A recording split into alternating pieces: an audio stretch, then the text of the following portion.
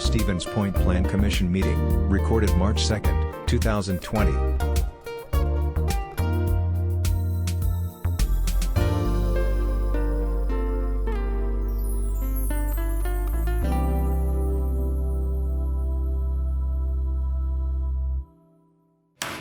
At 6 o'clock, we'll call the regular City Plan Commission meeting to order. Could we get a roll call, please? Weeza. Here. Kneebone. Here. Arnson. Here. Cooper. Here. Haynes. Here. Hoppy. Here. Rice. Here. We have a quorum. Everyone is present. I apologize for the reconfiguration of the room, but at 7 o'clock, we have a joint meeting of this body, the Redevelopment Authority, and the council.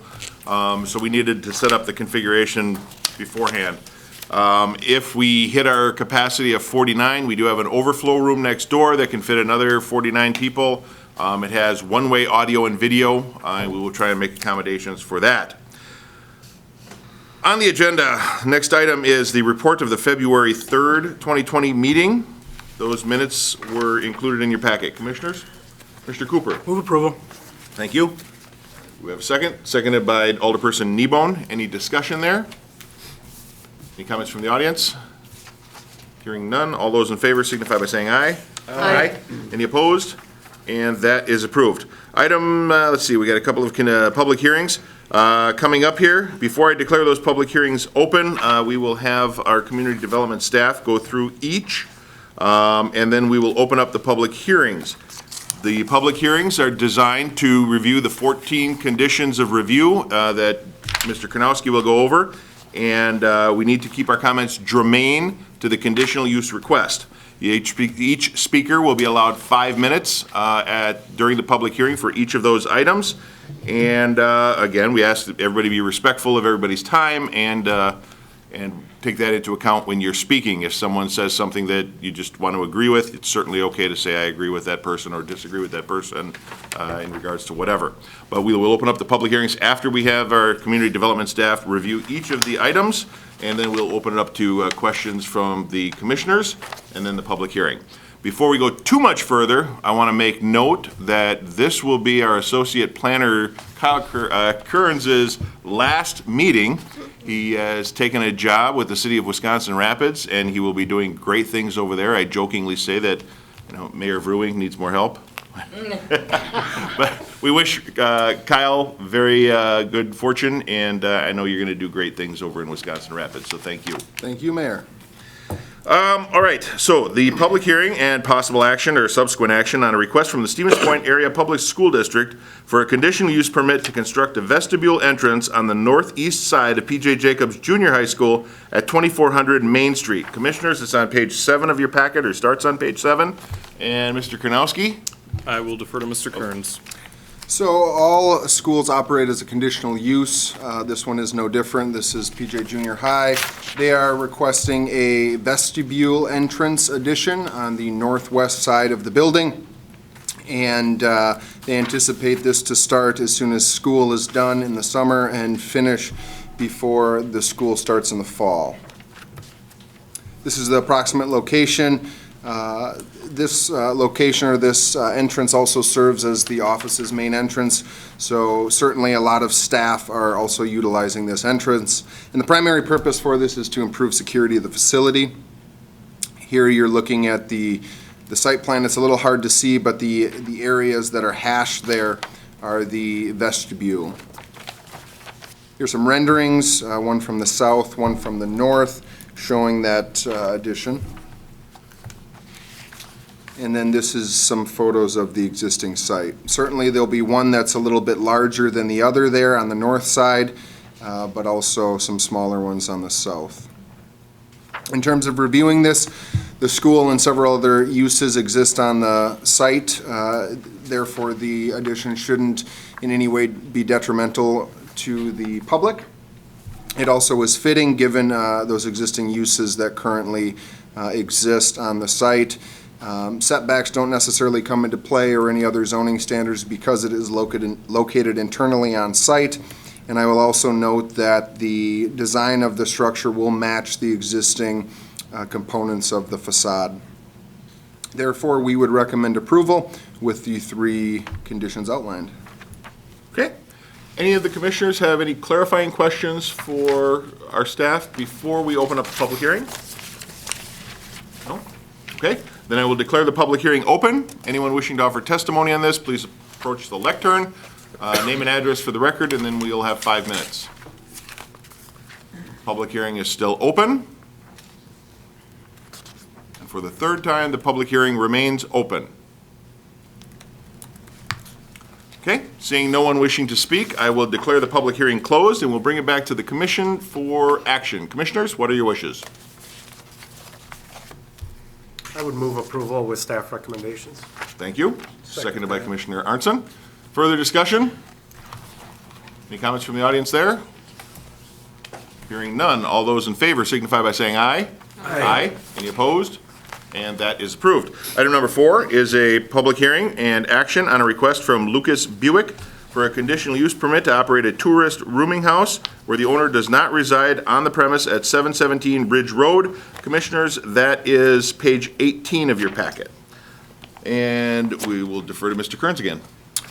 So the packet provided for this item is fairly detailed. I'll do my best to try to summarize it here. Basically, we have an existing use, formerly single-family, that is now requesting a tourist rooming house use. And this is because of a recent amendment that was approved in the middle of last year to allow for a tourist rooming house to exist within the lower classifications of the residential districts as a conditional use. I will also note that the applicant had been operating the use for approximately 2 months prior to making this request, so this is after the fact. I've identified some property characteristics. Again, the zoning is R2. It's a fairly large lot in an established neighborhood with other fairly large lots. It was built in 1965, has 3 bedrooms, 2+ baths, and is approximately 3,500 square feet with an attached garage. Here's a photograph of the site, or aerial photo. Here are some photographs of the site. It does have a circular type driveway to access it that connects to the attached garage. Again, the home is located on an existing lot. I'll also note that it is set back approximately 80 feet from the street. It has vegetative cover on both sides of the home, east and west, and again, has been in operation for 2 months. This was brought to our attention via surrounding property owners as well as elected officials, and I will say when we reached out to the applicant, he has done his best to provide a lot of detail and information. He's been very responsive, and that's why the request is before you. In the packet and on the screen, you'll see the definition of tourist rooming house. One discrepancy I do want to note is that the applicant, via the listing on several websites for this tourist rooming house, has identified 4 bedrooms with 5 beds and 4 baths, which doesn't necessarily match what our assessor has on file for the facility. So we'll get into that a little bit later with regards to some conditions that staff is recommending to be placed on the property. I've noted already that there's a circular driveway that has 2 ingress-egress points off of Ridge Road, and the driveway could easily accommodate 6 to 10 vehicles, not taking into consideration the garage and if that's allowed to be utilized as well. Again, staff have reviewed this request using the 14 standards of review. Some of them don't apply because they are only for multifamily housing complexes. And I'm going to do my best to summarize that. Again, I'm not going to touch upon everything in the staff report. But basically, with many different uses, taverns being an example, we'll reach out to our police department to see if there have been any history or incidents at the site. And our police department for this property shows none, no contacts, no history relating to the use in the last couple of months. Furthermore, the tourist rooming house may not necessarily be as intense as a single-family residence, and I note that in the staff report. Basically, what I'm identifying that as is if there's a large family there, given it is a very large house, you may have more traffic on site with vehicles and people regularly on the property than you will with the tourist rooming house that may only be rented one weekend out of the month or probably infrequently rented during the weekdays. The other thing I'll note again is the large lot, the large home setback, the large driveway, the existing vegetation, which acts as a buffer to ensure that users should not, or neighbors shouldn't have any detriment to the use. And again, generally, staff did not find that this should be detrimental to or endanger the public health for those reasons. Again, additionally, I mentioned the discrepancy between the bedrooms. Therefore, staff would require that an inspection by a city building inspector or the zoning administrator or both occur prior to occupancy within that fourth bedroom, again, because we only have 3 identified on our assessor records. I've already touched upon the intensity, which again, could be more intense if there's a large party there and they have guests during the weekends, but generally I don't necessarily think when you look at the intensity of the use over time, it's going to be more intense than a single-family user. Lastly, I'll note that the applicant does require a security deposit for stays, which again can ensure that all the patrons there are behaving. And there are security features that have been installed, including alarms and video surveillance. Lastly, the caretaker for the site is a member of the applicant's family and checks in regularly on the property. The last thing I'll note again is the parking requirements are met on site. I've discussed the driveways. I don't necessarily think the intensity is going to increase. And the state also regulates tourist rooming houses and utilizes the county health department to regulate the state requirements. And the applicant has not yet received a permit from the county health department, nor have they pursued room tax from the city. So those would be requirements if and when the conditional use is granted.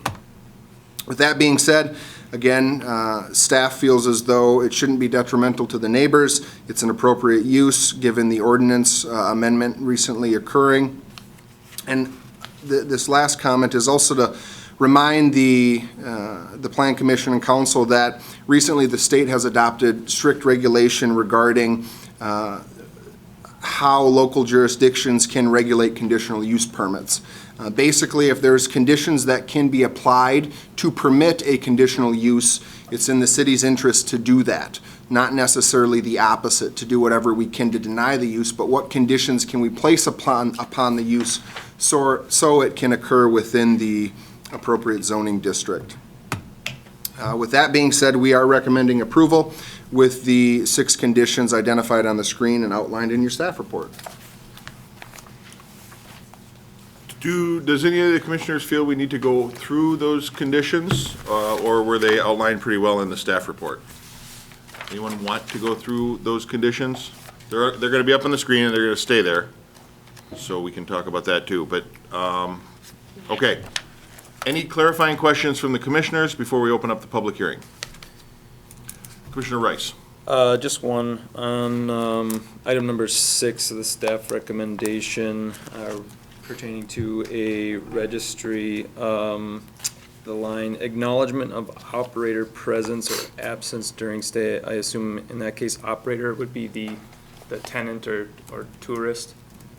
That just seems unusual to me that a registry or the owner of the establishment would have that on record of whether or not the tourist actually kind of existed at the space during the time of their stay. Just, I guess, curious about that and maybe open for a discussion later. Okay. Any other questions? Commissioner Rice, we'll try and touch on that after the public hearing. Okay, then I will open up the public hearing and declare that open. Again, anyone wishing to offer testimony on this, please keep it germane to the conditional use. We will have 5 minutes and you can approach the lectern. The public hearing is now open. Name and address for the record, please. My name is William Love. I live at 909 Ridge Road. Mr. Mayor, members of the commission, I have a couple of concerns. One, we've been told that there are something like 6 parking places can be 6 cars can be accommodated, or up to 10. As a practical matter, that's not going to happen. Nobody wants to be parking where he will be fenced in. Nobody wants to be parking where he will ask somebody else to move so that he can get out. As a practical matter, any visitor parking is going to be on the street, not in that driveway, even though the driveway could conceivably accommodate that number of people. My location, I do not live exactly next door, but Ridge Road curves at that point, and I'm in a direct line of sound. So I can hear anything that happens over there very well. Now I ask myself, if I were wanting to rent this house, if I were coming in as a transient wanting to rent this house, why would I want to rent it? Well, it's not because I want to enjoy the Green Circle Trail, and it's not because I want to avail myself of local taxes. Hey, it's a beautiful, large house. It's beautifully furnished. I would like to impress people. I would use it to host a party. That's really the highest and best use of that property for the renter. Now, the fact that in 2 months there haven't been noise problems, look, it's been winter. It's been winter. People haven't been circulating in the yard, but come summer they will. The noise is a problem. The traffic is a problem. But I want to raise one more issue. What if all of us on that street asked for a conditional use permit? What sort of traffic and congestion will there be then? And if you will not give a conditional use to all of us, why to any of us? Thank you. Thank you. The public hearing is still open.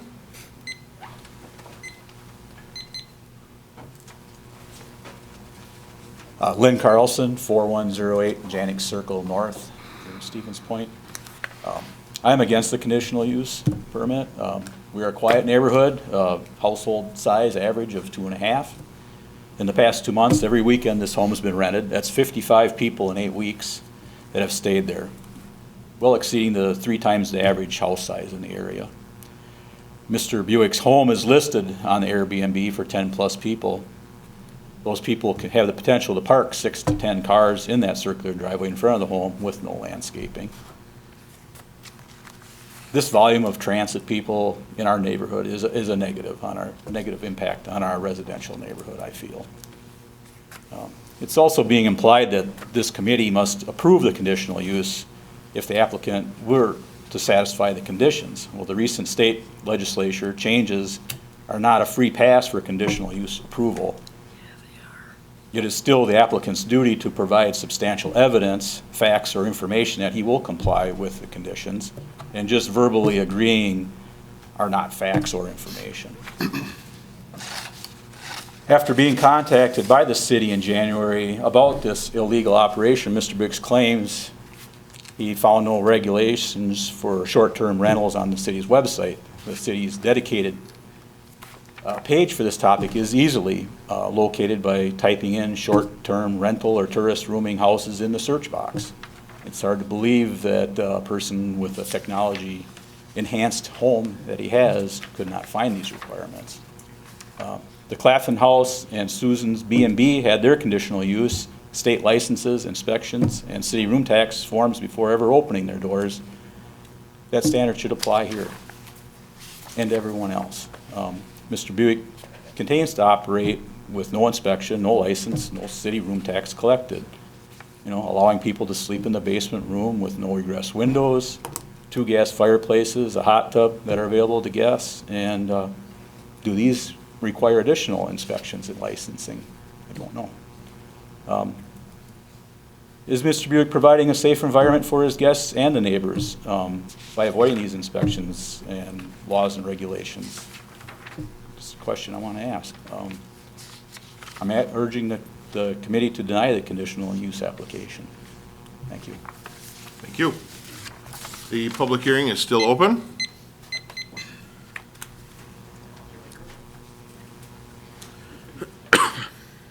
Ruth Piffner, 708 Ridge Road, Stevens Point. I like having neighbors, just not transient strangers living next to me. Mr. Buick, instead of getting defensive and criticizing your neighbors, why don't you try to understand how it might feel for us to have a constant stream of strangers parading through the streets of the neighborhood? It's great for you because you're making money and you are in another state. Short-term rentals, tourist rooming houses, house hotels, whatever you want to call them, should not be in residential neighborhoods. Business equivalent to motels and hotels don't belong in residential neighborhoods. Numerous cities and towns across the country are having similar problems, and hopefully enough residents will speak up, and Verbo, HomeAway, Airbnb, and all others won't survive. Airbnb argues that it helps to diversify tourism by promoting areas that need visitors the most and reducing the overcrowding in tourist hotspots. Stevens Point is not a tourist hotspot. Airbnb says the money gained from hosting on its platform delivers economic and social benefits for families, communities, and governments. That's hogwash. The word here is greed. Greed on the part of both Airbnb and the hosts. There's a huge difference between the absentee real estate investor whose main preoccupation is renting for profit and the neighbors who bought their homes with the purpose of living in a quiet, safe neighborhood. Mr. Buick doesn't care about the neighborhood. He cares about making a profit. The Airbnb on our once quiet residential street attracts large groups of strangers every week. Stating in the findings that 6 to 10 cars can easily be parked in the circular driveway is offensive and insulting to us. Those are numbers that belong in a hotel or motel parking lot. They belong in a commercial zone, not next to homes with property owners who want privacy and safety. I'm disgusted with the whole Airbnb model in single-family residential neighborhoods, ruining neighborhoods, ruining property values, and turning them into hotel zones. I am also horrified and profoundly disappointed in the findings perpetrated by Mr. Kanowski and Mr. Kearns about Mr. Buick's yard having a vegetative cover. If you mean grass, then it's correct. There are virtually no trees in front of Mr. Buick's house. No shrubs either. They were removed last summer. There is only gravel next to the house. There's a circular driveway, and there's grass. There are a couple of trees out near his mailbox, and that is all. He has but one tree about 15 feet from his front door, which is off to the side. The house is completely open to view, as well as any of the cars in the driveway. Nothing is blocked by a vegetative cover as per Mr. Kanowski and Mr. Kearns. This is our neighborhood. We are not stupid. In the words and pictures used to describe the house at 717 Ridge Road, they repeatedly say that it has a vegetative cover that buffer the neighbors. These pictures used to show trees in the yard that you showed just a little bit ago were taken at an angle and only included trees that are in Tim Sherrill's yard.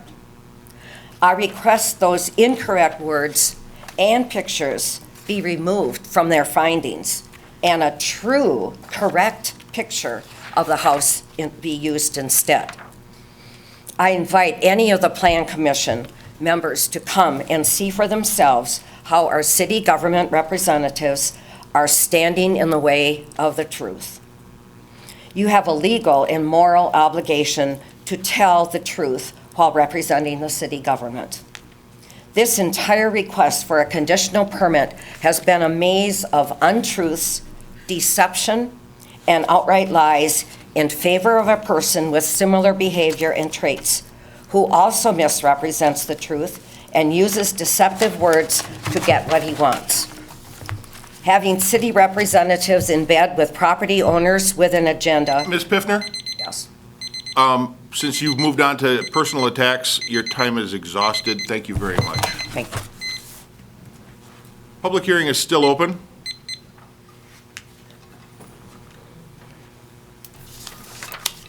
My name is Pamela Packard. I live at 1017 Ridge Road and have for 35 years. Mr. Kearns, you said that the homes in the area are large, and yes, most of them are large. And they are on large lots. That is correct. We have a lot of elderly people. Many of our homes are occupied by one or two people. We have a handful of families. You indicated that at 717, if it was owned by a person, that they would have a large family. I don't know what you're thinking. Most of the homes in that neighborhood do not have large families. It seems you, and perhaps Ms. Packard, Yes, please, yes. please stick Oh, to the okay, all conditions right, of review, please. all right. Okay. I don't think that we should have a conditional use for this property. It's not in the style of the neighborhood. I think it will downgrade the price of our homes, which obviously no one here is concerned about. Where do we stop? Do you want Airbnbs all over town? I think not. I think it says something poorly for Stevens Point. That's it. Thank you. Public hearing is still open. Alder Shore? Thank you, Mayor. So some general overall points and critiques have been made about tourist rooming houses that I don't share. At the same time, some individual or particular concerns about this case have been made that I very much do share. And the reason is this. I do support tourist rooming houses. Supported, I didn't say who I was, sorry. David Shore, Alder for the 2nd District. That's okay, I gave you an introduction. Appreciate it. I supported extending the permitted use to the residential areas, but for me, it's always been a crucial difference between owner-occupied and absentee. And in part, that's a big difference because I have plenty of experience using Airbnb, and I have noticed from experience a significant difference between when the host is there versus when the host isn't, and it functions more like a hostel, has been my experience and my observation. And so I think it is okay to have tourist rooming houses. I think it is a good option for people as a way to earn some income. And I think when the owner is present, that operates as a sort of a built-in check to keep that activity within reason. But with more of an absentee or potentially youth hostel kind of situation, I think that is a problem, and I can definitely see rejecting the conditional use. Thank you. Public hearing is still open. let's go to Alder Jennings and then Alder Dugan. Are there any other members of the public that wanted to speak on this before we get to the alders? So we'll do these two, and then we'll get to you, sir. Alder Jennings, District 1. I basically agree with everything that Alder Shore said. And what I'm seeing is the unintended consequences of our decisions as council in terms of the creation of party houses. This is not what we intended. And I believe that these absentee landlords, this is the second property in a short period of time, in 2 months, that we're having trouble with. So I won't repeat anything further. I agree with Alder Shore. Thank you. Thank you. Thank you, thank you, thank you. Alder Dugan? Alder Dugan, 8th District, and this is my district, and those are my people. There's so many of them here from Ridge Road, whom I know. I also agree with Alder Shore. He's spoken for quite a few of us, I think. I was wary from the beginning of allowing tourist rooming houses because we already in Stevens Point have a huge number of rentals. Not all tourist rooming houses, of course. And I'm especially opposed to those tourist rooming houses where the owners are not present, as Alder Shore is. I've had experience I've only been in one Airbnb. I've been in lots of bed and breakfasts. They're always licensed, almost always the people are there who own them, cooking you breakfast, etc. I've only stayed in one Airbnb, and that's where the owner lived in Europe. There was a neighbor nearby who had the key. It was on a little cul-de-sac in a very quiet suburban neighborhood similar to the Ridge Road situation. And when I came there, a neighbor next door came over and asked me who I was. And I told him. And he said, "Why are you here?" And I don't approve of this. And I didn't feel too great. I was actually there for a week and a half. But I began to see it from his point of view. There were people coming in and out. This woman had been renting for some time. I don't know if she was licensed, inspected, or what all. But I think I would not rent a tourist rooming house again. I would probably go just to a B&B, and they've got long time, good positions generally in the society. But I do support my constituents here who have brought up some good points about a non-owner occupied tourist rooming house in their quiet neighborhood. Thank you. Sir?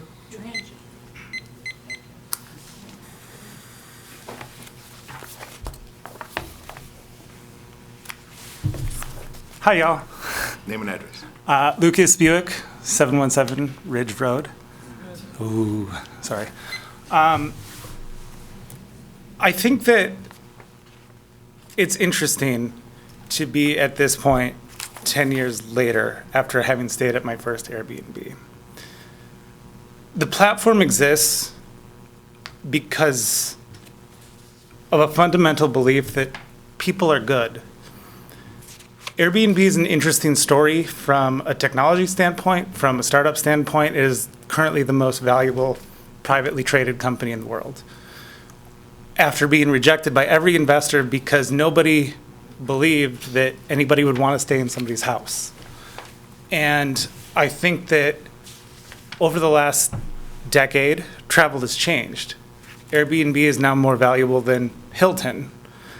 I think that for me, I choose to use Airbnb as a host because of what they have at stake.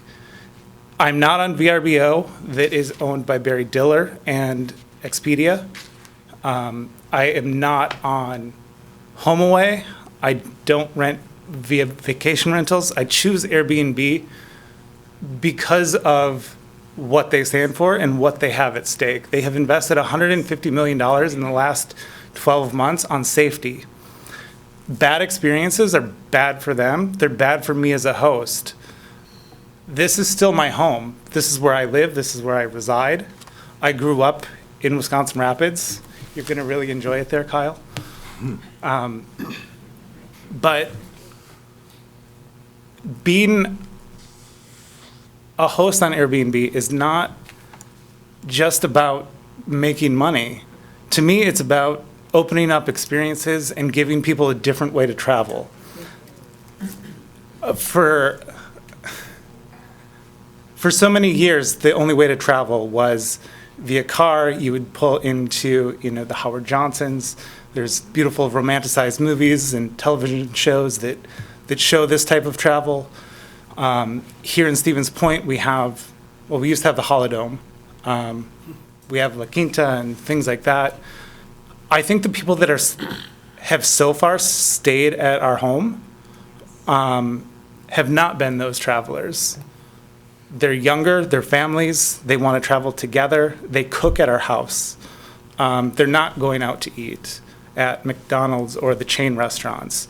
They go to Ruby Coffee, they go to Main Grain. We have an extensive list of places that we communicate with them that are great local places. Local and sustainable things are very important to me and to our guests, and that's the type of experience that we're trying to accommodate.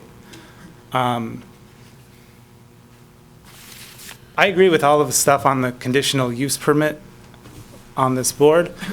I think today we're here for a different reason ultimately, is as a city, we in this room have to decide whether or not we want to be the type of place that accommodates this kind of traveler. To me, I want to be that kind of city. I hope that we are forward-thinking. I think that using technology and bringing people together is important. It's social networking, but in real life. I'm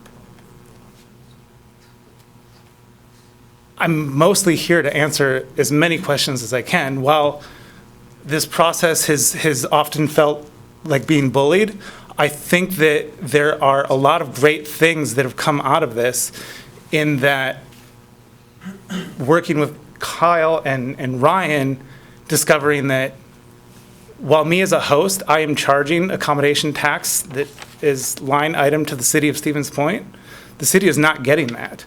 And that's not just an issue of Stevens Point. It is happening almost in every city across this country and across the world, unless you have an explicit deal with Airbnb.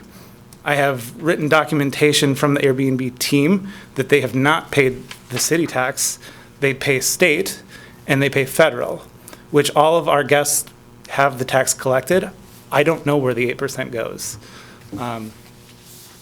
But I think that there's real interest, like beyond this room, that's a real issue that needs to be taken up by all cities. I think that we have a real opportunity to set a framework for more Airbnbs. I think travel is great. I think more people coming here is wonderful.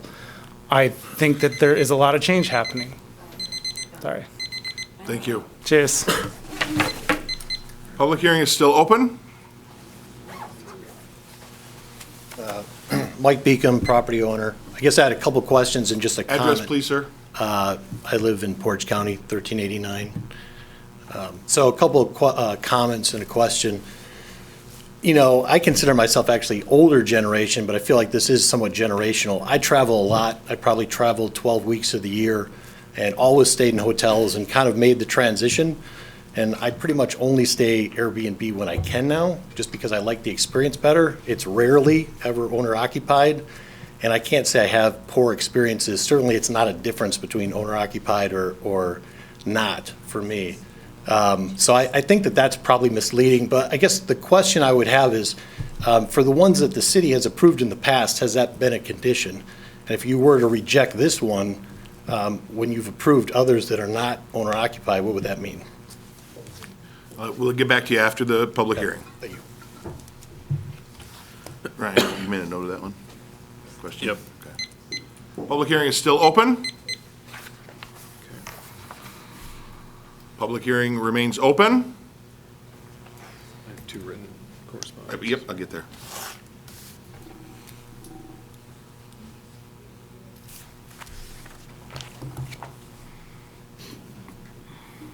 Good evening. Cynthia Porter. I do live in the area that's impacted. I just wanted to mention, I did send an email indicating that if the rules are followed, I did not have an objection. I do have a concern about whether this person has local management. I think that's essential. But I wanted to just mention the use of an Airbnb. We had 7 nieces and nephews come to visit. They represented 5 states, Florida, Texas, California, Washington, and Alaska. They don't see each other very often, so being at an Airbnb where they could gather was very beneficial. Also, they were able to fix meals, so I didn't have to do that for the entire long weekend. And so it was very helpful in that respect. Just a different point of view, perhaps. Thank you. Thank you. Public hearing is still open.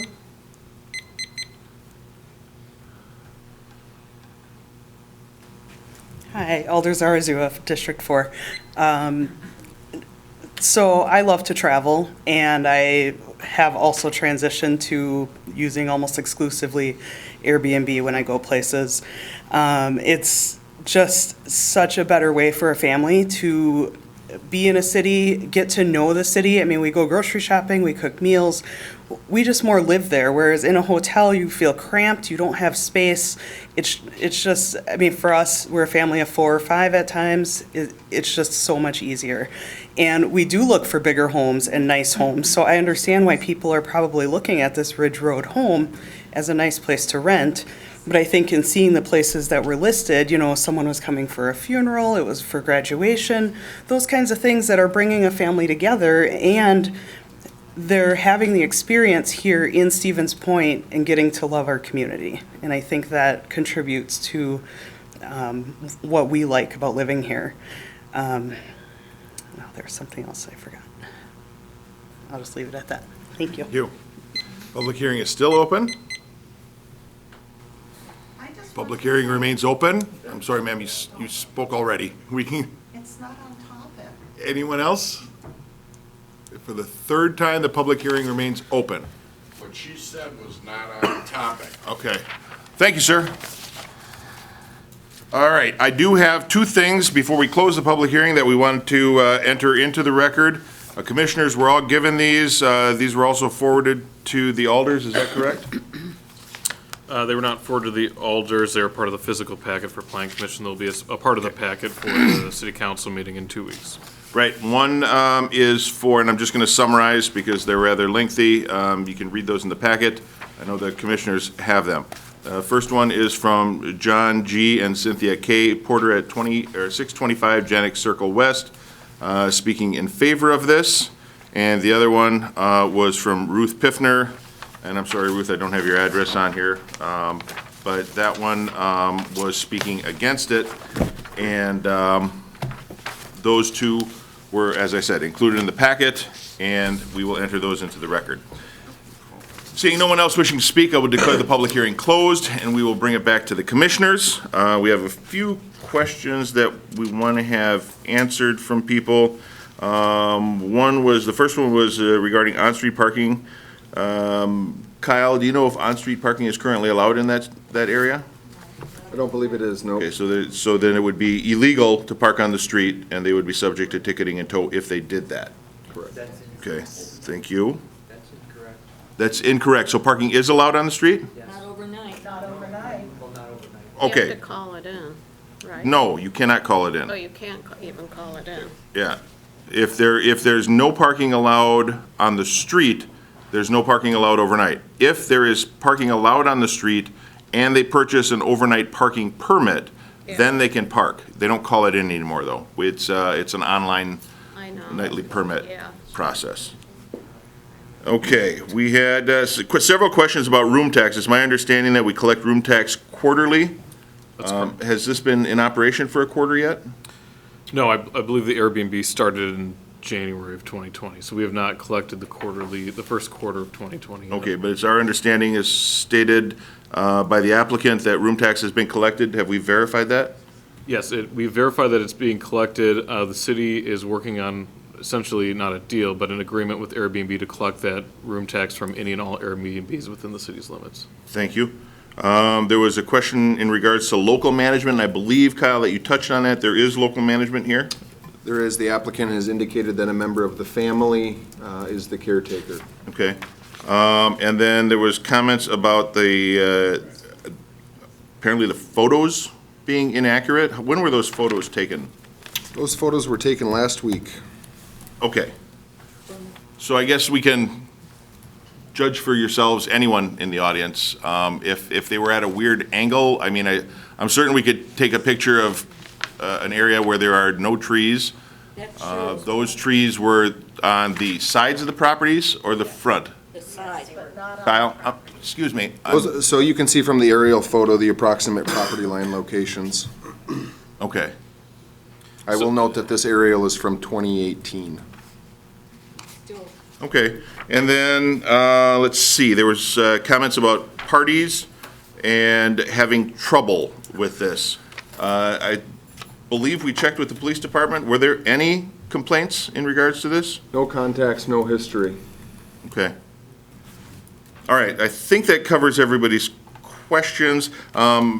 Before we bring it back to the commissioners, I did want to make one comment that was probably taken a little too personally. Someone said that Stevens Point is not a tourist hotspot, and I would disagree.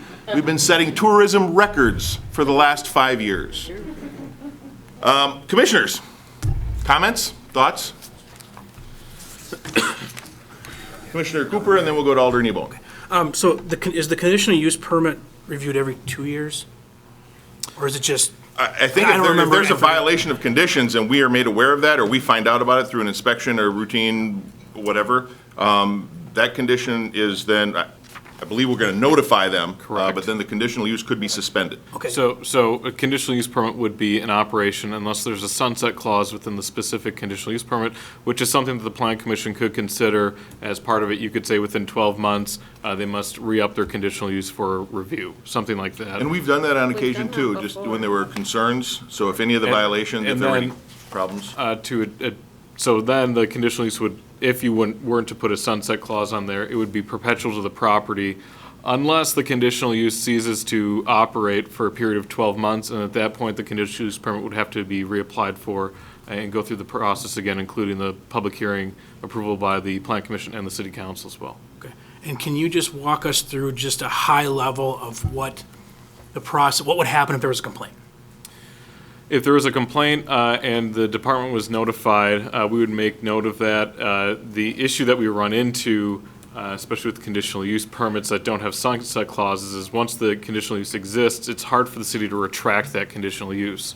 So, if it eases the neighborhood's concerns, maybe you do put a 1-year sunset clause on this, and then after 1 year, Mr. Buick would have to come back, and during that time, we would consider the police, fire, EMS calls. We would consider room tax collection, things of that nature when looking at whether or not to re-up or reapprove the conditional use permit as a whole. Thank you. Okay. Alder Nebo. Yeah, I also agree that Point is a hot spot. It's the 50th anniversary of the American Suzuki Institute this summer, and there are going to be a lot of people here from all over the country and the world, most likely. And they will all be looking for places to rent, and I know a lot of them stay in Airbnbs when they're here because there aren't enough hotel rooms to satisfy the need sometimes. My understanding of the state's laws on conditional uses, if the use meets the conditions, if we deny, we're opening the city up for a lawsuit. Is that correct? Maybe. I can let the city attorney speak to that. Attorney Beveridge?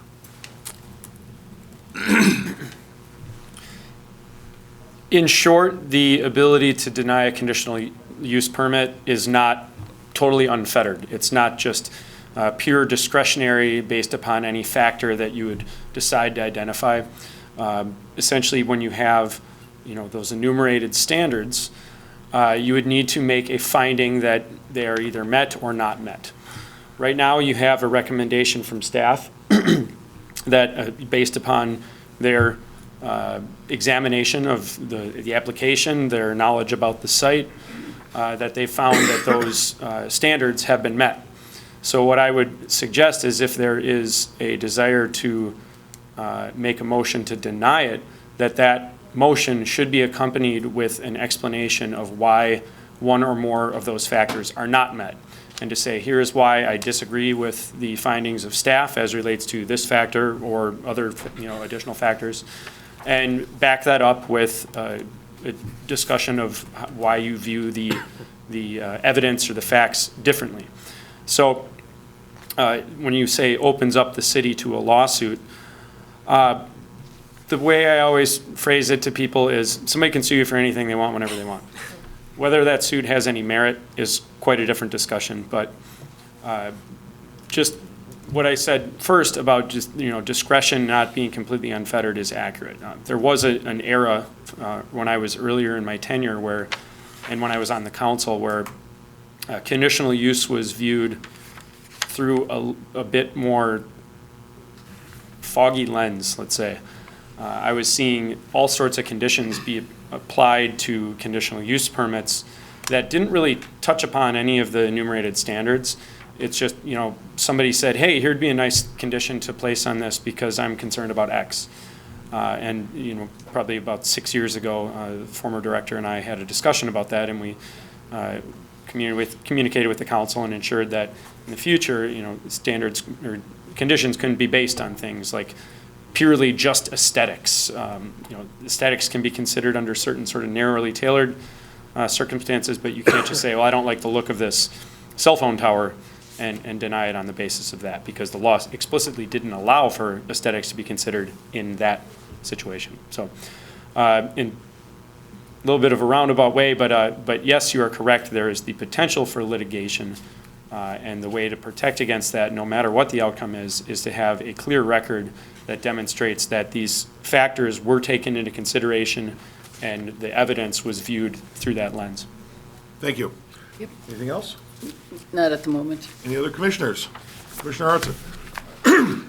I find it curious, the taxing, the room tax side of things, and apparently Airbnb gets the taxes, but they don't pay the city, and now we're negotiating with the Airbnb to pay them? No, it's my understanding, and Director, correct me if I'm wrong, we are to collect the tax quarterly, just like we do with hotels. They don't pay us on a daily basis or even monthly.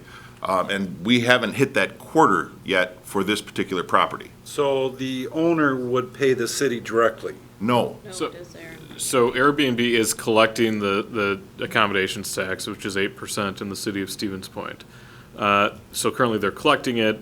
There is an agreement between the city and Airbnb, which is a fairly standard agreement between Airbnb and all the municipalities that they work with, that states, okay, we'll collect this, and then at each quarter, per your standards, we'll remit it at that time and send us essentially an Excel spreadsheet of what each collected room tax was for, whether it be for the Ridge Road home, the Coughlin House downtown, or the other Airbnbs that exist within the city. It's just something that the city has never undertaken with Airbnb. I think this is part of the process, the learning process of Airbnbs within the community, in which we're just identifying, where our holes in our regulation was, and the collection of room tax was definitely one of them. And so now we're identifying that, and we're working towards remediating the concerns and collecting that sales, use, and room taxes required by local law. Does that answer your question? You still look a little confused. Dissatisfied might be a better word for it. Well, regardless, that's not one of the standards of review. We're working through that. The room tax is being paid, it is being collected, and it will be remitted to the city as soon as we hit that first quarter, which is the end of this month. Anything else, Commissioner Arntzen? And we'll go to Commissioner Haynes. Can you remind me, we did say that the tourist rooming houses could go in all residential or just some residential? All residential, non-owner occupied is conditional use, owner occupied is permitted. So it was done this last summer, I believe, correct? Right, okay. In the lower residential districts. So for example, Ruby Coffee House is zoned commercial, And so they do not have an owner that resides on site, but because of the commercial zoning, they do not need a conditional use permit to operate. So within the lower classified zoning districts, RLD, R1, R2, R3, a conditional use permit is required. And then in the standard number 2, under your findings, it says the staff would require an inspection about occupancy. Should that be in the staff recommendation? I don't know that it is. It is under condition 3.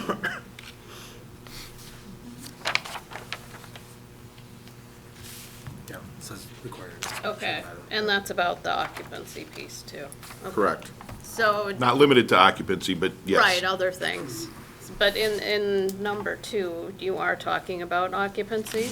So, like, do we have something that says if the assessor finds there are 4 bedrooms, there can be 2 people in each bedroom? Typically, under building code, square footage, Okay. 120 square feet, for example, you can have 2 occupants per bedroom.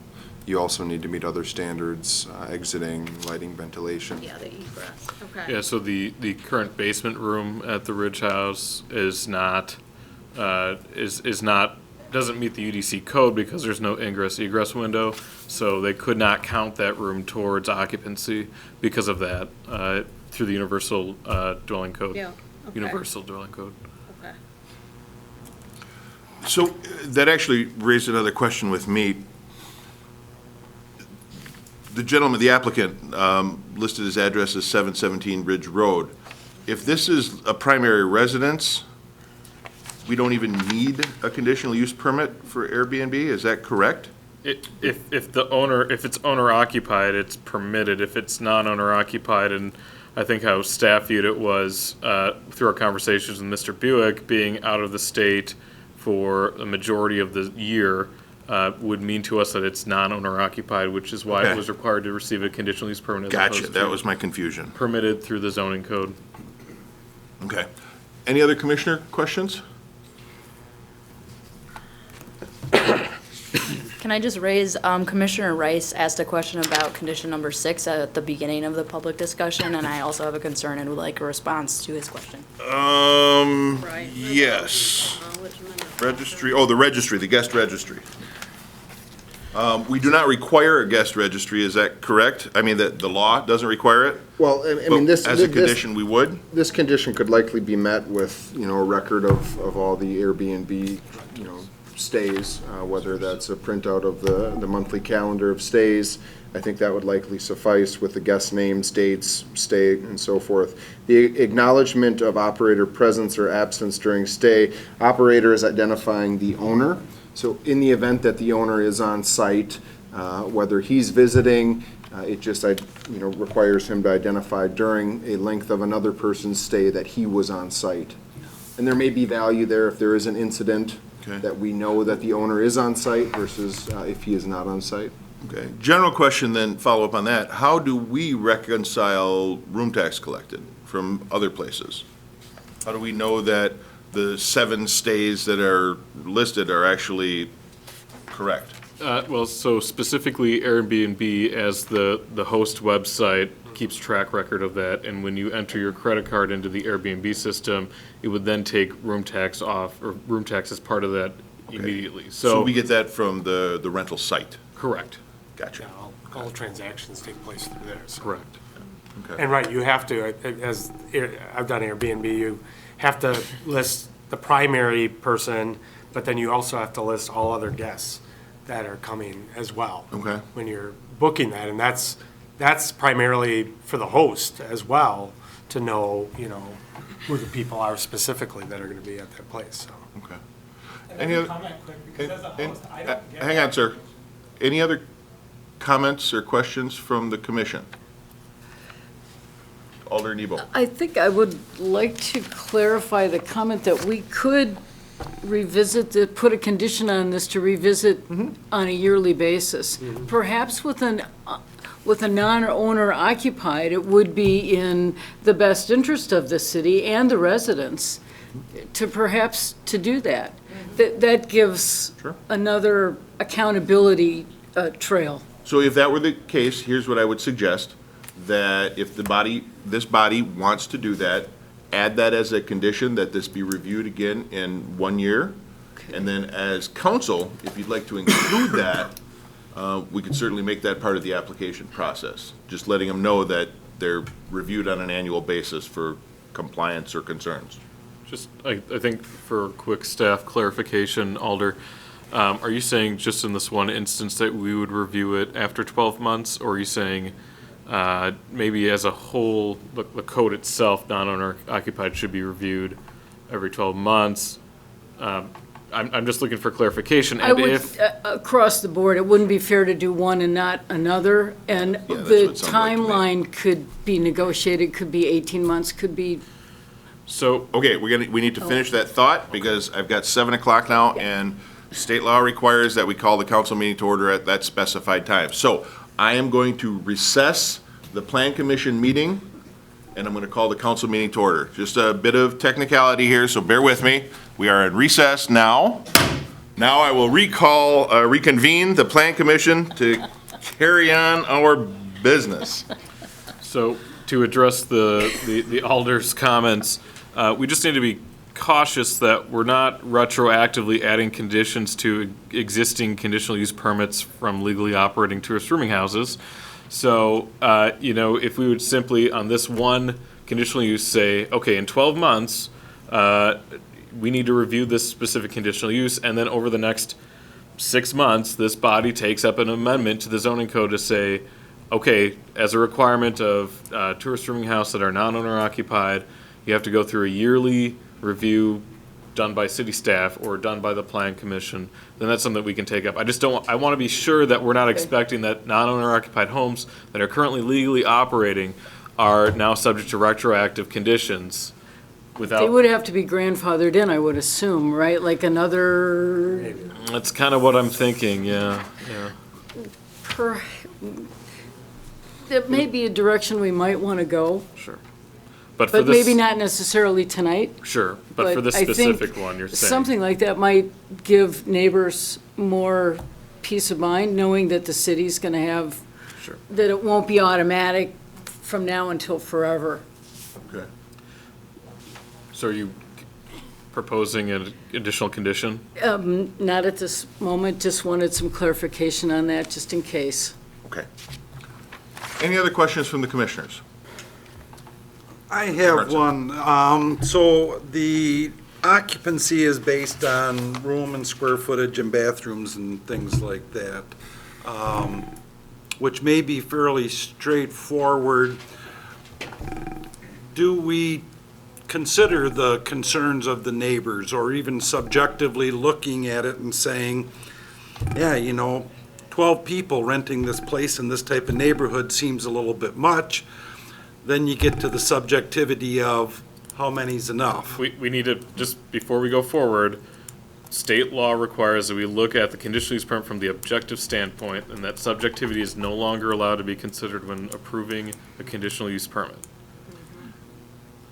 And neighbor comments aren't subjective, they can't be considered objectively by, I would state that subjectively placing a condition of the number of occupants is outside the purview of this plan commission, and that should be something that the county through the state and our building inspection department takes on and does consistent with the UDC and the licensing process. Uniform. That the state requires. Uniform dwelling code. Dwelling code, yes. So, and I think maybe a better way to say this, or at least to help put it into perspective, if I have a family, and my dad's side had that many people, if I had 12 or 14 members of my family living in that house, would that be okay? that's It a is. little bit different story though, where you'd be the Can owner, be. you'd be the Yes, owner. it can be, but that's what we were talking about with the subjective. And I would, if the city attorney wants to chime in on any of this, please feel free, but I think he was pretty clear in what we can and cannot use as considerations. If there is tangible proof that one of the standards of review is not met, and we are not able to put a condition on it that resolves that concern, everything else would very likely not be allowed. Just because I don't like a rental next to me. Doesn't count. It doesn't take one of those 12 standards or 14 standards of review. No more than my neighbor doesn't like my blue paint. If it's allowed, then as long as it's not adversely affecting one of those 14 standards of review. So if the neighbors who came and spoke today, they can't just say, I don't like it, but if they would present a reason why it's a problem, then. And many of them did. And that's what I went through at the beginning. So yes, to answer your question, yes, that would count. But we had talked about, someone mentioned parties, having trouble, I don't know exactly what that means, room tax being collected, having local management, the on-street parking, and we've discussed all of those. And at least for the most part, there haven't been any reports of trouble or parties. The room tax is being collected. There is local management. There was some concern about screening. You could certainly add a condition to add some additional screening, but you saw the photos. If you don't feel that's sufficient, you would be able to do that, adding additional screening to act as a sound barrier or a visual barrier to minimize the impact on the neighbors. Those things would be allowed. Okay? Yeah, thanks. Any other questions from the commissioners or comments?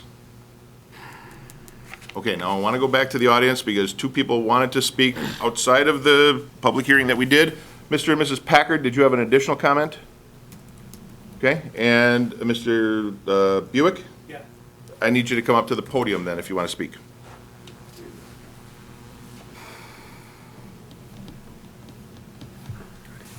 So regarding issue 6, collecting all the guest information, the only thing I get as a host is the person booking, first name, last name, their government ID has been verified by Airbnb, their credit card is taken by Airbnb, but they only give me the number of guests that are registered. I don't get a list of who's staying.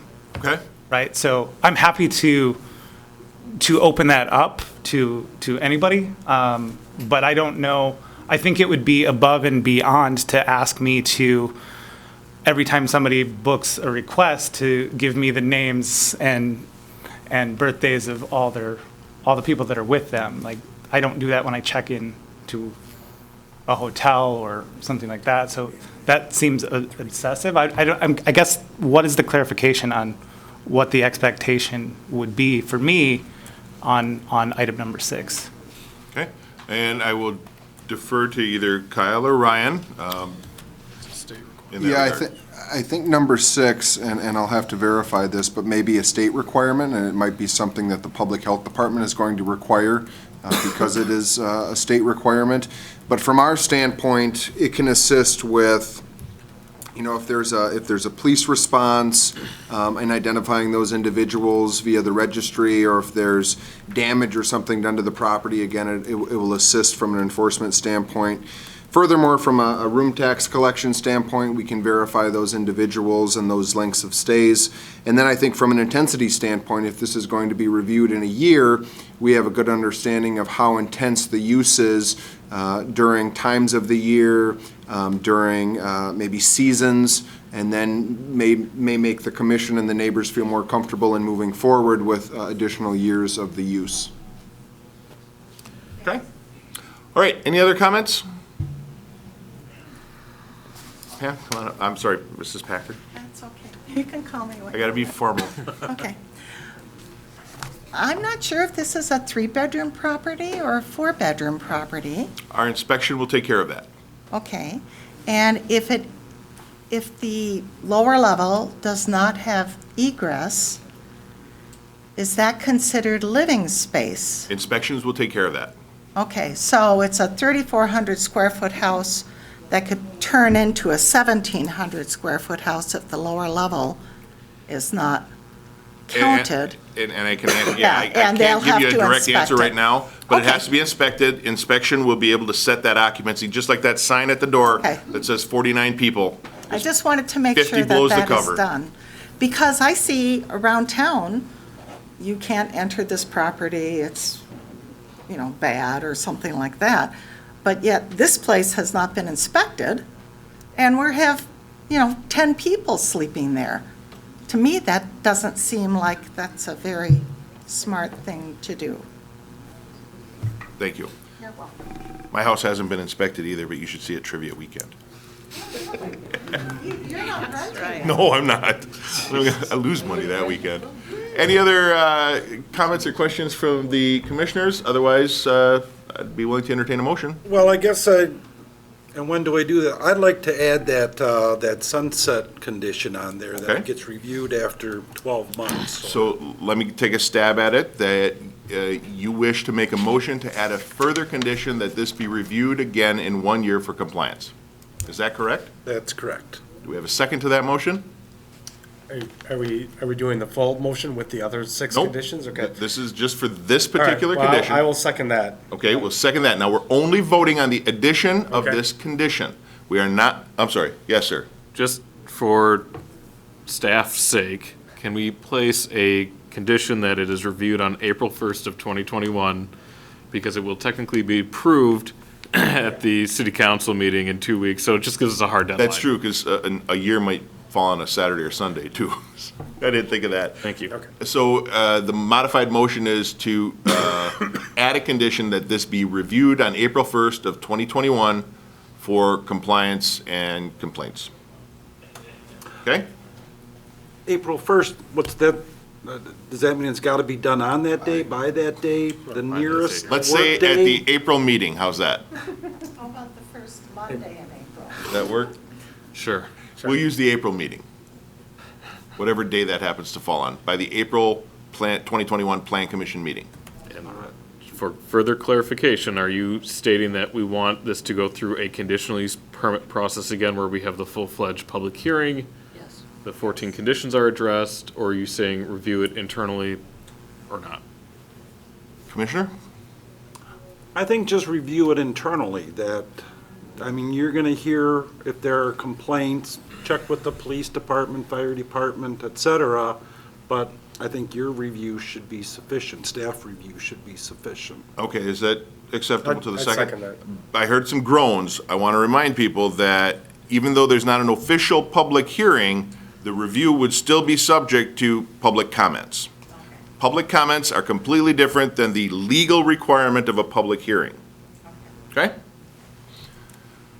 Okay. Do you have a comment regarding the motion to add the additional condition? Yes. Step to the microphone, or lectern, please. I get yelled at when I call it a podium. Sorry. I just wanted clarification that this additional condition is just subject to my request, not all permits. This point, it is only subject to this I just wanted one. clarification for, Yes. okay. Okay. Any other comments regarding the condition that is going to be considered right now? Just that one condition. Any comments from the audience? Okay, then bringing it back to the commissioners. Commissioners, again, we are only voting on the addition of the condition that this be reviewed at the April 2021 month. Okay? All those in favor signify by saying aye. Aye. Any opposed? And that condition is now added. Now, we're back to the conditional approval, or conditional use permit as a whole. Are there any other thoughts regarding any of the other conditions? I'd like to move approval of this with the staff With the conditions as recommendations. modified. Yes. Okay? Is there a second? Seconded by Commissioner Rice. Discussion there. Okay? Any comments from the audience on that motion? Okay? Hearing none. All those in favor signify by saying aye. Aye. Any opposed? And that conditional use is approved. And we are going to move on to the next item, which is a conceptual review of a 10-lot subdivision in the town of Hull, south of Jordan Road and west of Deer Lane, with the county parcel identified in your agenda, which falls within the city's extraterritorial boundary. Commissioners, page 46 of your packet. Mr. Kearns? So this is a conceptual project review. In the past, we have not done a conceptual project review for extraterritorial plats, but we do have jurisdiction because it falls within our extraterritorial boundary within our comprehensive plan. I wanted to bring this forward because in 2018, the same applicant proposed a 25-lot subdivision very close to this location, not as far out, but it was denied, and it was denied for several reasons.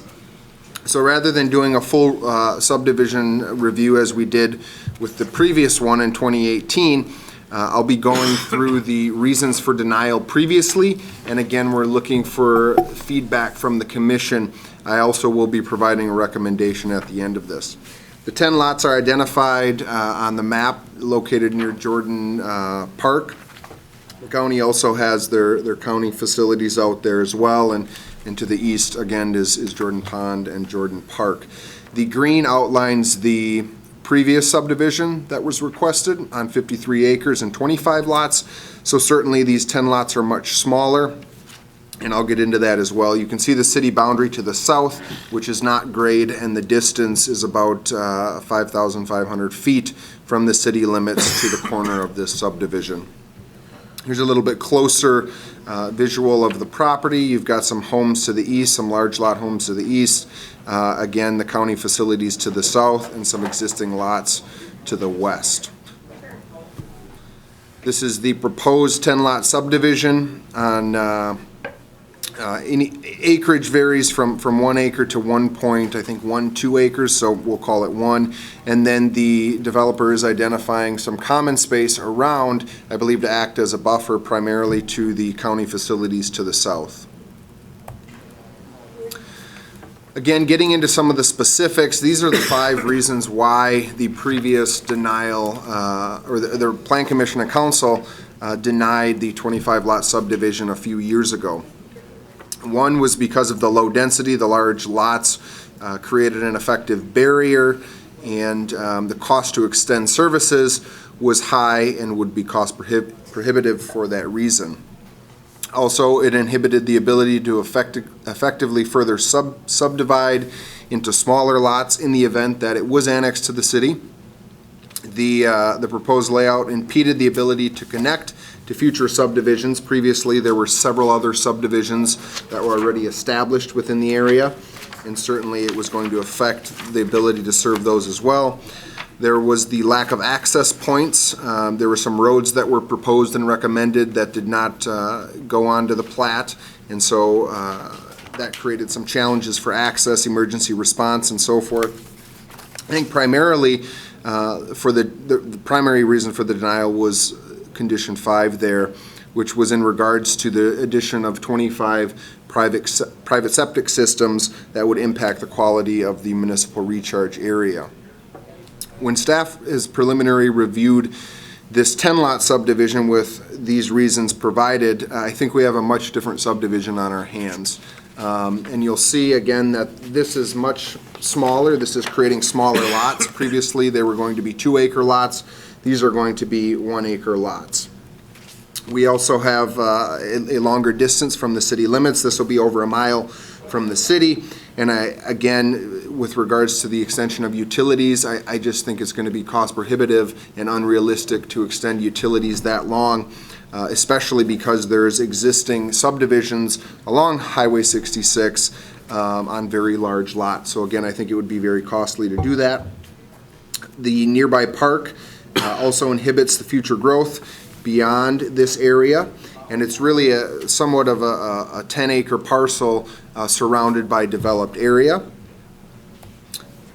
And lastly, it's accessed via cul-de-sac, and while it shows a potential road that would carry through to the county facilities, I don't think in the next several years the county is going to relocate those facilities, and thus I think it'll probably stay a cul-de-sac for some time into the future.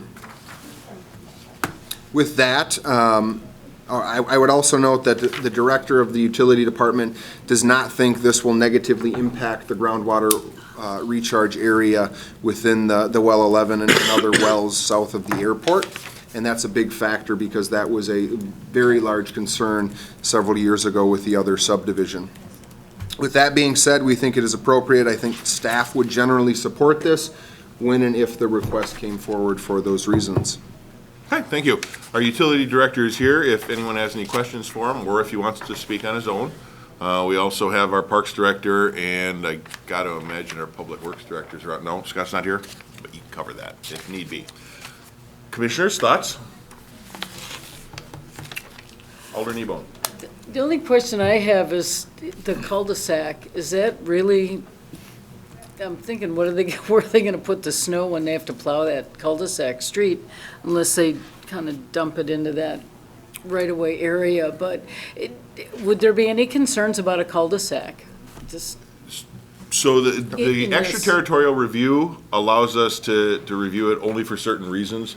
The cul-de-sac very likely wouldn't affect anything that we have that extraterritorial review over. We have many cul-de-sacs in the cities, as long as the runoff is accounted for and there's not a whole lot of contaminants in it to penetrate into the groundwater. Generally, it wouldn't be a concern of ours, but perhaps the residents. Okay. Yeah, additionally, it's a rural cross-section roadway, so, I mean, unlike in the city where we run into issues with curb, boulevards and sidewalk, with rural cross-sections, you can push in as far into the ditch as you want.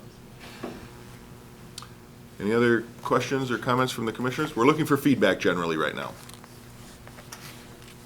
I will note that the applicant still has to go through the county process. The county did respond with a pretty detailed memo, but I know, I believe the applicant is set up to have an official county board meeting and action, as well as the town of Hull, which needs to act on this as well. Okay. Comments from the audience? Oh, I'm sorry, Alder Morrow. Question. On page 54, number 12, it says that the property falls within 1,200 feet of an old landfill.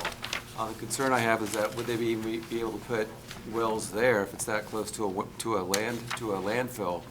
And if they would have a well, I mean, how safe would that drinking water be for anyone who is actually there?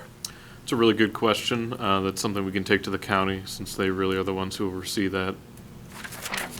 Right, and what we're looking for is, so the city has extraterritorial review, means it falls within a certain distance of our wells, things like that.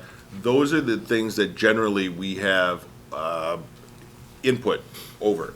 How would it affect the city's wells or the groundwater, things like that? The existing landfill brings up a pretty good point, if we're disturbing something there. And that goes to my point, if it's 1,200 feet from a landfill and people start to pump wells into there, how is that going to affect our wellhead? In this case, though, as Director Karnowski said, that's probably more of a county planning and zoning issue. They're much more versed in what goes on in that regard. Any other comments from the commissioners? Comments from the audience? Alder Jennings?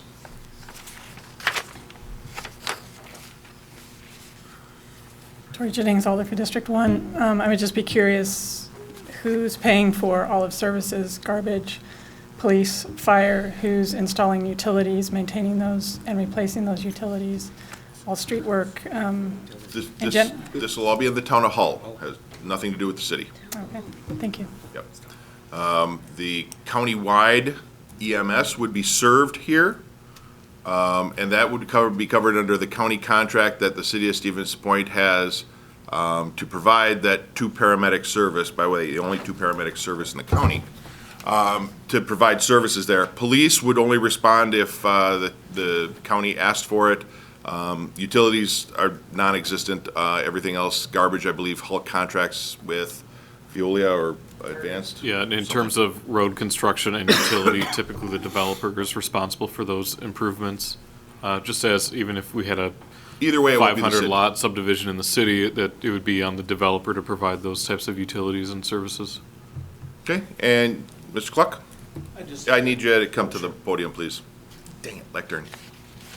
I just had a quick comment on the water flow is away from the landfill. From my property is going away, so it won't impact it in any way. Thank you. Any other public comments? Okay, commissioners, last chance to chime in, otherwise we'll move on. If anybody has any comments that come up after the meeting, feel free to contact the Community Development Department and let them know about the concerns or thoughts, and this will move along through the process.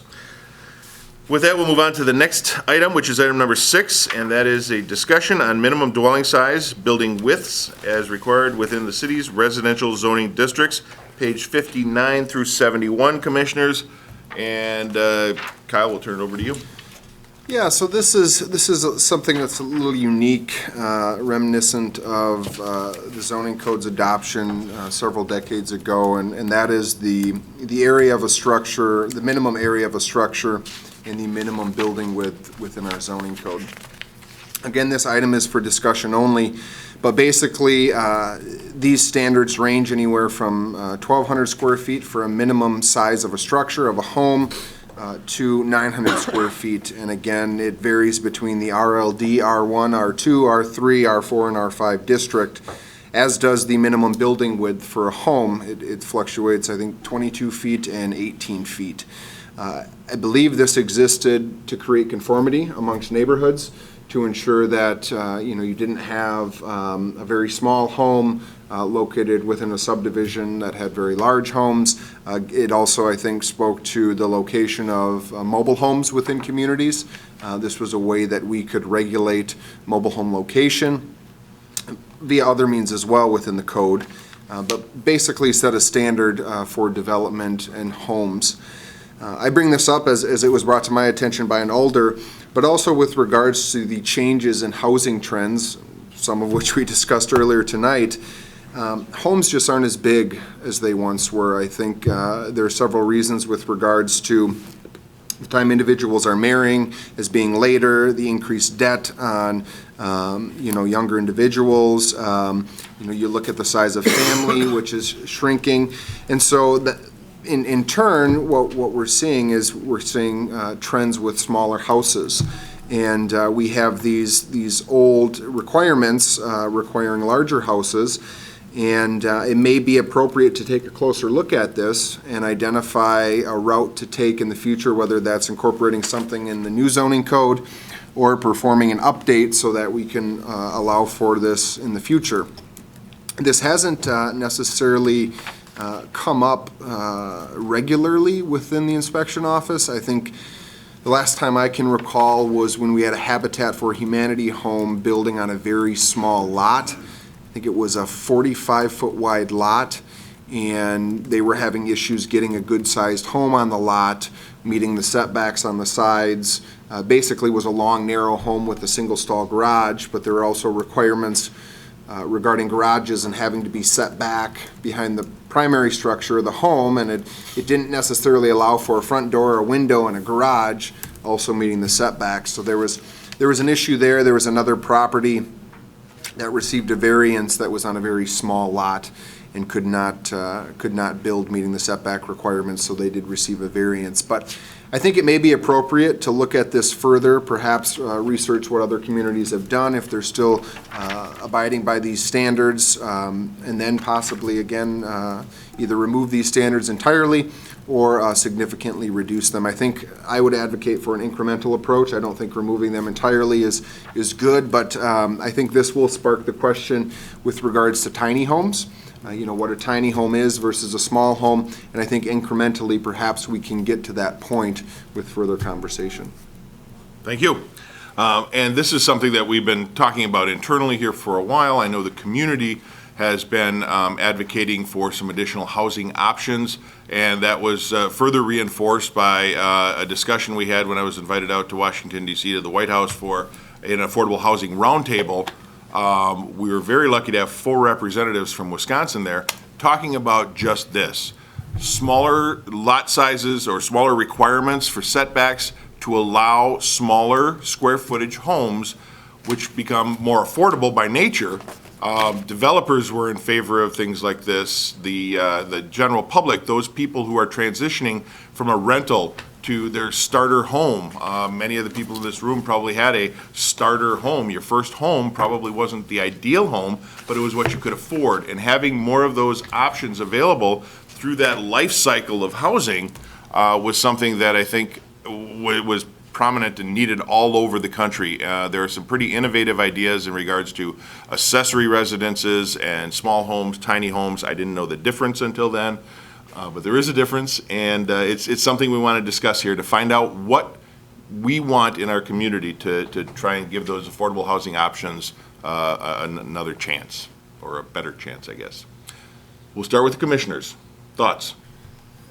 Just to, Kyle, your point, the incremental approach and sort of the idea that, you want to give options, but you don't want a tiny home necessarily on a major lot. Kind of like what you said with, if there's a subdivision where there's, 3,000 square foot homes, and then you kind of have a tiny home of 450 square feet.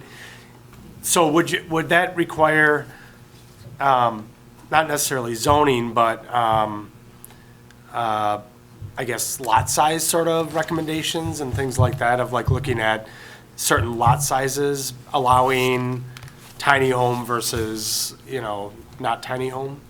Although I guess the other problem with that, maybe you can respond to this as well, is if you have a very large, more rural type lot, kind of in the country or something like that, and you want to put a tiny home on there, I mean, I don't know if you want to limit that necessarily either, but. Yeah, I think lot size can be looked at, and we've actually already taken an incremental approach with a recent amendment last year, reducing the lot size for the R3 district for two-family duplexes, zero lot lines in particular, going from 7,000 square feet required down to 5,000 square feet, as well as reducing the lot size from 50 feet to 45 feet.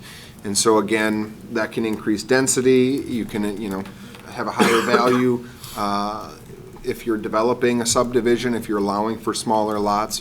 Right now, really the only way you can pursue small homes or tiny homes is zoning something planned development district, where then you can have flexibility in setting the lot size, setting the the house size or any other minimum requirements under the planned development district standard.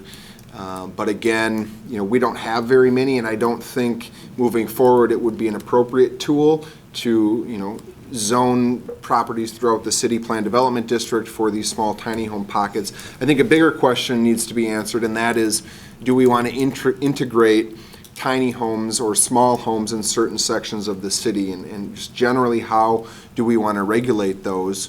And certainly we can provide some guidance and provide some resources and do some research to see what other communities are doing, but it is a pretty hot topic within the world now, and I think it would be appropriate to get ahead of it rather than behind it.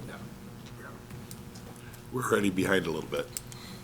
Any other commissioner questions? Alder Nebo.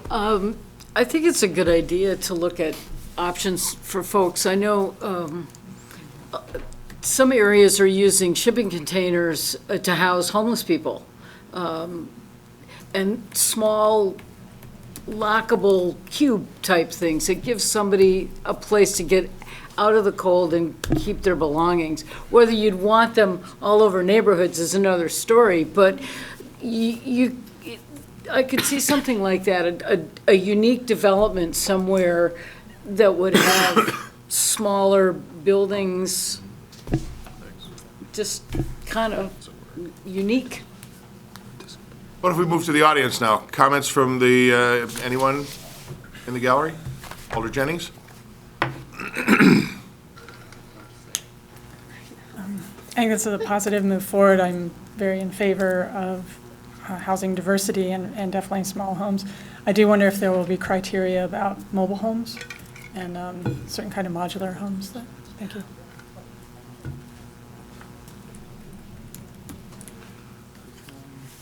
Alder Dalton? Polly Alton, District 9 Alder. I provoked this discussion and requested that this be put on the agenda because of exactly the housing affordability issue.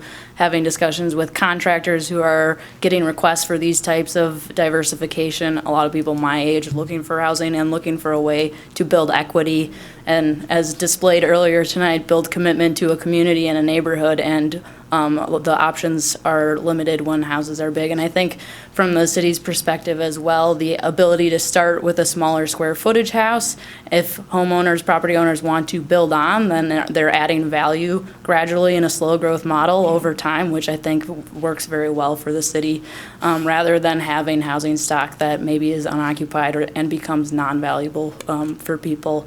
The universal, I don't know that it was mentioned, but the universal dwelling code also has 600 square feet as the minimum, so some of our current standards are well above that, and maybe not, maybe whatever number. It's 400. 400, Yeah. oh, there you go, it's 400. It sounds like from discussions with the building inspections department that they really have no qualms about this as well. Thank you. Ma'am? Pam Skoleski, 644th Avenue. You know I'm in favor of this. I've been preaching this for years. We get a lot of calls at the office for people looking to. Pam, can you tell people maybe what you do to put it in perspective a little bit? Realtor, 33 years, Stevens Point and the surrounding areas. I've sold a couple of lots, Habitat for Humanity, you know, they're always going to buy up the nice little lots so they can build stuff on. I've sold several houses that Habitat has gotten back. They've got some great floor plans to work on this. On your comment about the small houses going in with the big houses, usually the subdivision set that up so you can only have a certain square footage allowed in that specific subdivision for a one-story house, 1.5, two-story, bi-level, whatever. They'll have that set up that way. What we don't have is little lots we can build little houses on. And I'm not even talking real little, I'm talking 1,000 square feet. A friend of mine built a couple houses over on Cleveland when a house burnt down, 2849, I think it is. The house burnt down, there was a 110-foot lot, put 2 houses up, came in front of you guys, got conditional variance, I forget the term. He put 2 houses up there. The people that bought those houses are still in those houses. They're 1,019 square feet, 2-bedroom, 1 bath on one of them, 2-bedroom, bath and a half on the other. Both of them have egress windows in the basement and plumb for a bath. They're still there, and it's been 17, 18, 20 years. They're out there. I mean, we could sell lots. You could have lots more taxes if this happened. So I gotta promote it. I really gotta promote it. I mean, there's a lot of 50-foot lots out there that can take, you know, I'm not sure you want to get down that 400 or 600 square foot house, but, you know, I know 1,000, 1,100. If you refer to a house as a 70s ranch, it's 1,200 square feet. And they're all built on 50, 60-foot lots. So, and they still sell, you know, so I think a new one would be even better. Thank you very much. It's great to have the different perspectives from the realtor industry. They're telling us we need it. The developers are telling us we need it. The contractors are telling us we need it. The citizens are telling us we need it. I think the writing is very much on the wall, and I'd like to pursue it. Yes, sir. Hi, my name's Adam Christensen. I'm a student at UWSP, actually, and the reason why I'm up here is because actually the city of Stevens Point is having the natural resources planning capstone, currently looking into this new housing development kind of ideas. So we're actually pursuing small home developments and Sweet, looking free to, labor. Yeah, exactly. Yeah, and experience. Okay. And from what what our group has been researching, it's something that could be really positive and actually bring in. Personally, I would love to live in a well, not a tiny home, because we can't say that word, we learned. It's a great opportunity. There are a lot of great examples. I believe it's Rockledge, Florida, that is a good example that currently has tiny home subdivisions. There are several other. There's one in St. Paul that was being planned, and it was a 3-acre lot that would have 69 homes on it. Wow. So, and it was great, and it was a lot of different affordability. There was several different price ranges, ranging like cheaper, smaller homes to much more, a little bit larger. It was very heavily community-based. There was community centers, there were community gardens. It looked like a place that I wanted to live, honestly. It was very community-oriented, and it looked really nice. I guess that's all I have to say. Wonderful, thank you. Stay in touch. Yeah, I need to. You don't want to do the same fellow. Anyone else? Okay, we're going to keep taking comments. We're going to keep working on this, and we're going to have staff continue to explore what some of the other communities are doing for solutions. We now have contacts with a class that's working on all of this too, so that's going to be awesome. And we'll have things as they come up. So thank you. Let's see. Next up is the February 2020 monthly report. Director. Okay, nothing too earth-shattering here. We are up in number of permits and valuation and fees collected. Really just focused on alterations, additions, things of that nature for residential commercial properties. Again, ahead of where we were in 2019, 2018, 2017, so very happy to see that. It should be noted the Inn at Century World, the footing and foundation permit has been issued. The true value will be reflected when they pull the full permit, and that should be in the next month or two. And as a reminder, Water Street is going to be closed for a few days as the Berkshire development for senior housing is going to be putting in water and sewer, so that road's closed for a few days, so take the detour and figure your way around that one. We have the staff report, and with the staff report, I want to remind everyone again that this is Kyle's last Plan Commission meeting. He has done in the past 8 years so much for the city that we will never be able to repay him. Hopefully that debt will carry forward with Wisconsin Rapids in his new career. As I said earlier, congratulations, and I know that you are going to do great things over in Wisconsin Rapids. Just don't make it too great. Thank you, Mayor.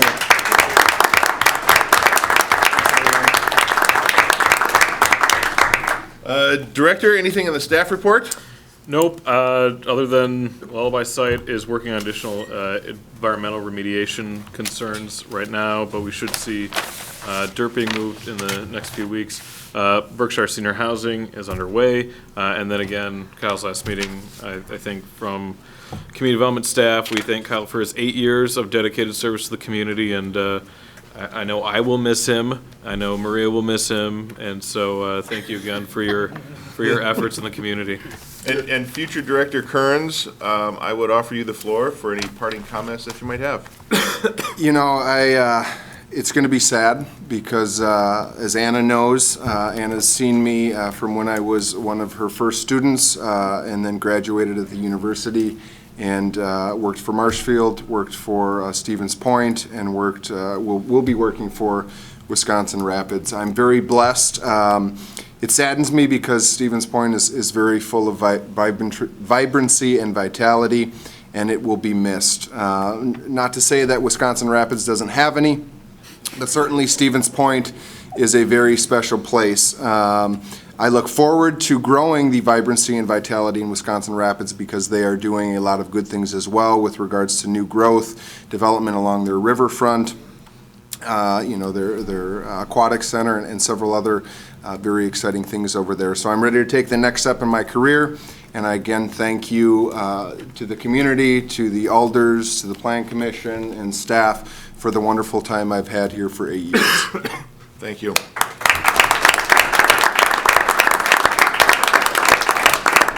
With that, our agenda is exhausted, and we are adjourned at 7:44.